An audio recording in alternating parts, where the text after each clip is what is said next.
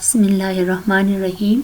آئی Khalida Hayat education lecturer grade second year کو lecture دینے کے لیے آج کا میرا جو ٹاپک ہے وہ ہے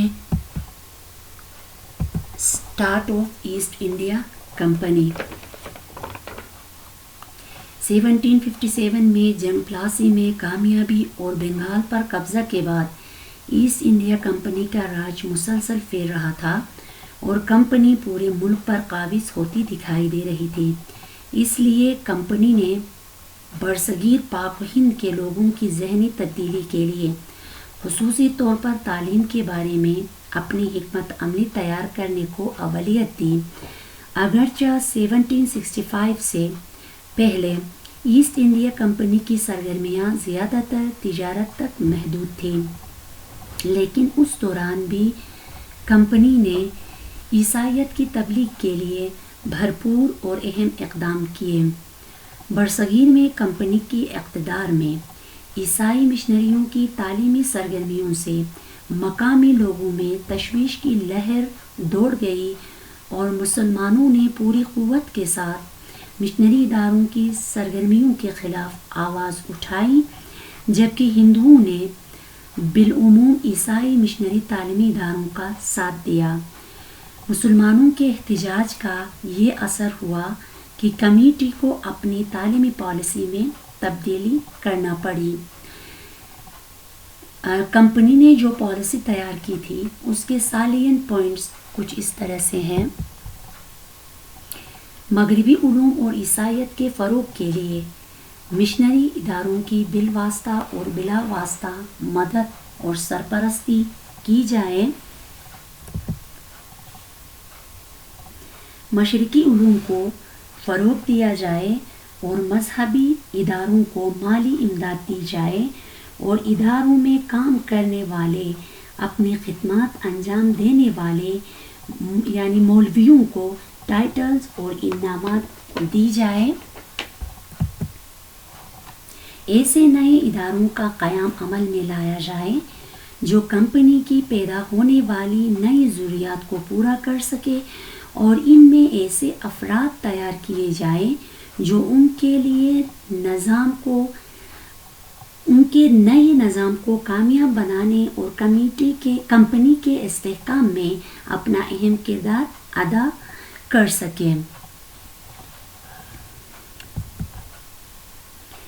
کمپنی کی اس تعلیمی حکمت عملی کو برطانیہ کے مذہب پرست طبقہ نے عیسائیت سے غداری کے مترادف قرار دیا، جس کے نتیجے میں پارلیمنٹ نے 1813 کا چارٹر ایکٹ پاس کیا. یہ قانون ہندوستان کی تعلیمی تاریخ میں ایک اہم موڑ کی حیثیت رکھتا ہے. اس ایکٹ کی نمایاں دفعات یہ تھیں: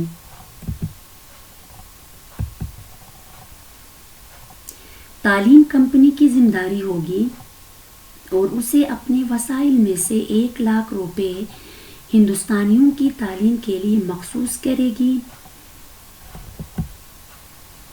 تعلیم کے لیے مختص شدہ رقم باقاعدہ ویسٹرن اور ایسٹرن نالج کی پروموشن اور مقامی اہل علم کی حوصلہ افزائی کے لیے خرچ کی جائے گی.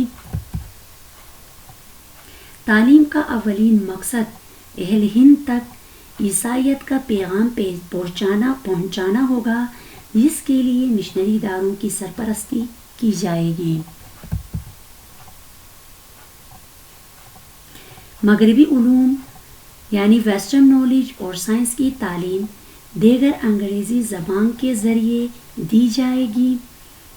اس ایکٹ کی روح سے مشنری تعلیم کو قانونی تحفظ فراہم کر دیا گیا اور علوم اور انگریزی زبان کے ذریعے یعنی مغربی علوم، ویسٹرن نالج اور انگلش لینگویج کے ذریعے اہل ہند کو عیسائیت کی طرف لے جانا ہے.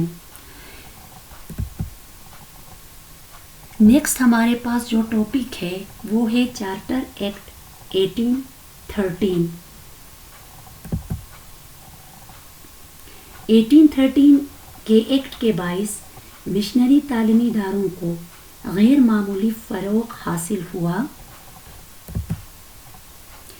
1852-53 میں تمام گورنمنٹ اسکول اور کالجز میں صرف 30,000 اسٹوڈنٹس زیر تعلیم تھے، جبکہ نئے قائم شدہ مشنری اداروں میں 3 لاکھ اسٹوڈنٹس یعنی کہ تعلیم حاصل کر رہے تھے۔ عیسائیت کو پورے ایجوکیشن سسٹم میں سمو لیا گیا تھا اور ان میں میڈیم آف انسٹرکشن یعنی ذریعہ تعلیم بھی انگلش تھی، جس کے نتیجے کے طور پر مقامی لوگوں کی بہت زیادہ تعداد نے عیسائی مذہب کو قبول کر لیا۔ لارڈ میکالے جو 1833 میں سپریم کونسل کا ممبر اور پبلک انسٹرکشن کمیٹی کا سیکریٹری مقرر ہو کر برصغیر آیا تھا، 2 فروری 1835 عیسوی کو گورنر جنرل کی کونسل کو پیش کی جانے والی اپنی یادداشت میں اس بات پر زور دیا کہ ہندوستان کے قدیم نظام تعلیم اور علم و ادب کو ختم کر دیا جائے۔ ایسٹرن سبجیکٹس یعنی مقامی علوم کی بجائے پوری یعنی کہ ہندوستان میں ویسٹرن نالج کو برصغیر میں پڑھایا جائے۔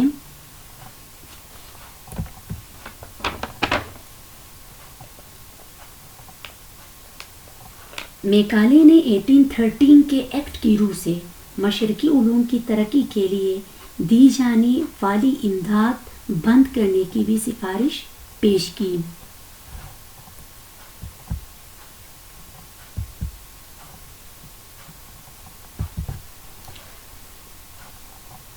تعلیم کا مقصد ایسی نسل تیار کرنا ہے جو مغربی افکار و نظریات کی ترجمان ہو اور جو رنگ و نسل کے اعتبار سے ہندی ہو لیکن فکر و نظر اور سیرت و اخلاق کے اعتبار سے خالصتاً انگریز ہو۔ میکالے کی ان سفارشات کی روشنی میں تیار ہونے والی تعلیمی پالیسی کو بینٹنگ ریزولوشن کہتے ہیں، جسے 7 مارچ 1835 میں منظور کیا گیا۔ اس ریزولوشن کے اہم پوائنٹس یہ ہیں: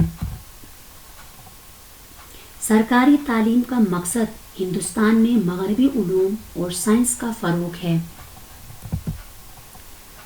آئندہ سے ملک کی سرکاری زبان فارسی کی بجائے انگریزی ہوگی، میڈیم آف انسٹرکشن انگلش ہوگی، مشرقی علوم کی اشاعت پر آئندہ سے کوئی رقم خرچ نہیں کی جائے گی۔ تعلیم کا مقصد لوگوں کو سرکاری ملازمتوں کے لیے تیار کرنا، خاص طور پر نچلی سطح کے انتظامی عملہ کی فراہمی قرار پایا۔ یادداشت آئندہ برطانوی تعلیمی پالیسی کا رہنما اصول بن گئی، جس کے نتیجے میں ہندوستان میں تعلیم کا نظام اپنی قوت اساس سے ہمیشہ کے لیے یعنی اپنی قومی اساس سے ہمیشہ کے لیے محروم ہو گیا۔ 1841 میں تعلیم عامہ کمیٹی کو ختم کر کے اس کی بجائے 1842 میں کونسل آف ایجوکیشن قائم کر دی گئی۔ 1844 میں لارڈ ہرڈنگ نے واضح طور سے اعلان کر دیا کہ گورنمنٹ جابس کے لیے ان افراد کو ترجیح دی جائے گی جو گورنمنٹ اسکول کے تعلیم یافتہ ہوں گے۔ انگلش کو پرماننٹلی ذریعہ تعلیم کی حیثیت دی گئی اور ہندوستان میں یونیورسٹیوں کے قیام کی بھی منظوری دے دی گئی۔ 1813 سے 1854 تک کے دور کے اہم تعلیمی واقعات کا خلاصہ درج ذیل ہے۔ 1815 میں سرکاری سطح پر بمبئی ایجوکیشن سوسائٹی قائم کی گئی۔ 1816 میں کلکتہ ودھالیہ کے نام سے ایک تعلیمی ادارہ قائم کیا گیا، جس کو 1819 میں کالج بنا دیا گیا۔ 1823 میں تعلیم عامہ کمیٹی کا قیام عمل میں آیا اور انگریزی زبان کے فروغ کے لیے آگرہ میں ایک ایجوکیشنل انسٹیٹیوشن کھولا گیا۔ 1828 میں گورنر جنرل ولیم بنٹنگ نے مسلم مدارس کے اوقاف ضبط کرنے کا حکم دیا۔ 1836 میں نئی طرز پر ہگلی کالج کلکتہ اور میڈیکل کالج کلکتہ کا قیام عمل میں لایا گیا، یعنی وہاں پر ہگلی کالج کلکتہ اور میڈیکل کالج کلکتہ کو اسٹیبلش کیا گیا۔ 1844 میں ہندو کالج کلکتہ میں انجینئرنگ کی کلاسیں بھی شروع کی گئیں۔ 1847 میں انجینئرنگ کالج رڑکی بھی قائم کیا گیا۔ برصغیر کے اندر جو پورا سسٹم تھا وہ انگریزوں کے ہاتھوں میں آ گیا اور پورے برصغیر میں ویسٹرن سسٹم رائج کرنے کی بھی کوشش کی گئی۔ تو یہاں پہ میرا لیکچر جو ہے اینڈ ہوتا ہے۔ تھینک یو اینڈ اللہ حافظ۔